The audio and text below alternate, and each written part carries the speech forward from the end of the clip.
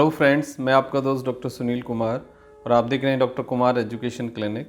I am a student of the medical science and I did post graduation in clinical medicine and the clinical science, and I am practicing as a consulting physician last 2 decade in South Delhi, Chhatarpur.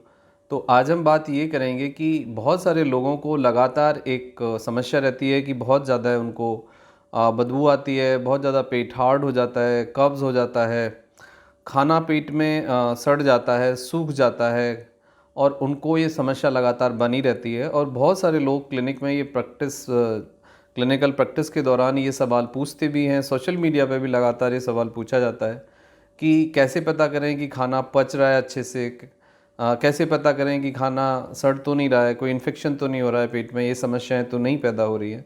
तो आज हम आप clearly इस पे बात करेंगे कि आपके पेट में खाना कब सड़ता है और क्या उसका सही फिर तरीका है कि आप सही इलाज है और कैसे हम उसको रोक सकते हैं कि खाना आपके पेट में ना सड़े, अच्छे से डाइजेशन हो, अच्छे से पचे, अच्छे से क्लीनिंग हो और आपका सिस्टम अच्छे से काम करे और आपका मन, आपका पेट, आपका शरीर ठीक रहे।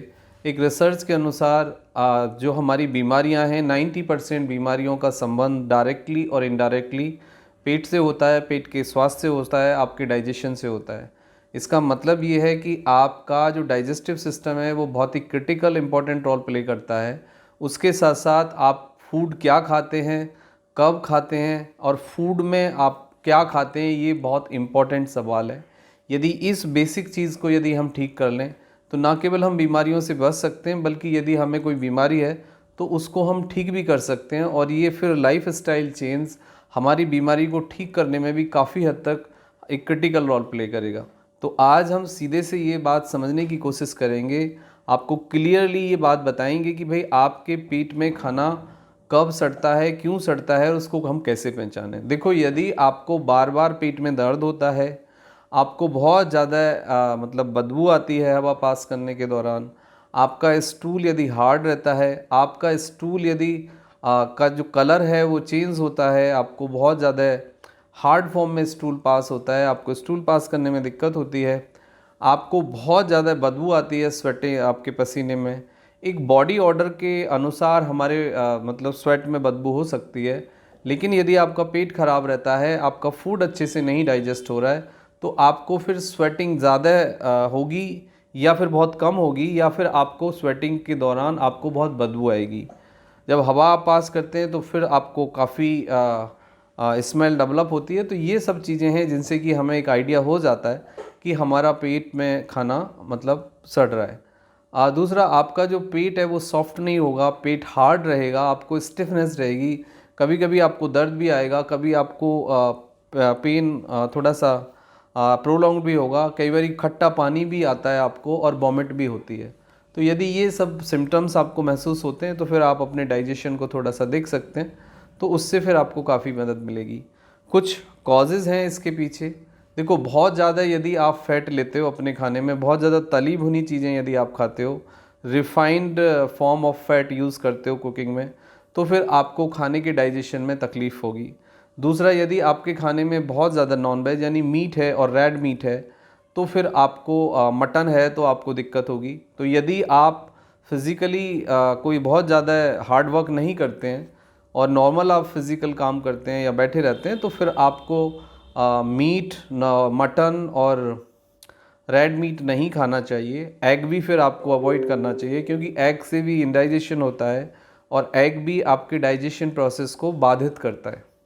उसके बाद आता है कि यदि आपको कॉन्स्टिपेशन रहता है तो फिर आपको ये दिक्कत होगी, आपका खाना सड़ेगा।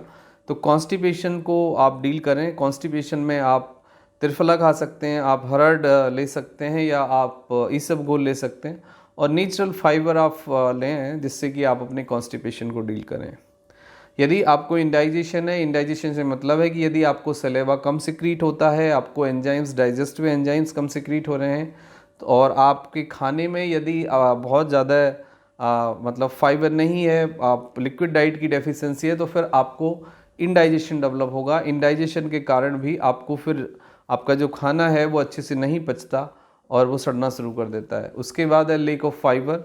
यदि आपके खाने में दरदरा खाना नहीं है, चोकर की कमी है, फाइबर की कमी है, तो फिर आपको प्रॉब्लम होगी। लेक ऑफ एंजाइम, यदि आपका एंजाइम का सिक्रीशन कम है, जैसा मैंने पहले बताया, सलेवा का सिक्रीशन कम है तो दिक्कत होगी। सलेवा का सिक्रीशन कम जनरली उन कंडीशंस में होता है जब आप स्मोक करते हैं, तम्बाकू खाते हैं, या फिर कोई आप दिमाग से संबंधित दवाई लेते हैं या स्ट्रेस में रहते हैं। और खाना यदि आप प्रॉपरली च्यू करके नहीं खाते, खाने को आप प्रॉपरली च्यू करके खाइए। आप लगभग खाने को 32 टाइम्स बाइट करिए और जब खाना सॉफ्ट फॉर्म में लुगदी बन जाए तब उसको निगलिए, तो उससे आपका सलेवा का सिक्रीशन होगा। प्लस आपने काफ़ी काम आप डाइजेशन संबंधित माउथ के अंदर ही कर दिया है, तो इससे आपके डाइजेस्टिव सिस्टम को भी थोड़ा फैसिलिटेट करेंगे आप, आसानी रहेगी और आपका डाइजेशन रेगुलेट हो जाएगा। उसके बाद है, यदि आप रेगुलरली कोई दवाई लेते हैं like a pain killer, antibiotic या कोई हार्मोनल प्रिपरेशन, तो ये भी आपके डाइजेशन सिस्टम को बाधित करती है। इससे भी फिर आपका जो खाना है वो अच्छे से नहीं पचता और वो सड़ जाता है, सूख जाता है, तो उससे भी प्रॉब्लम्स होते हैं। तो यदि आप कोई दवाई लेते हैं तो आप डॉक्टर से कंसल्ट करें।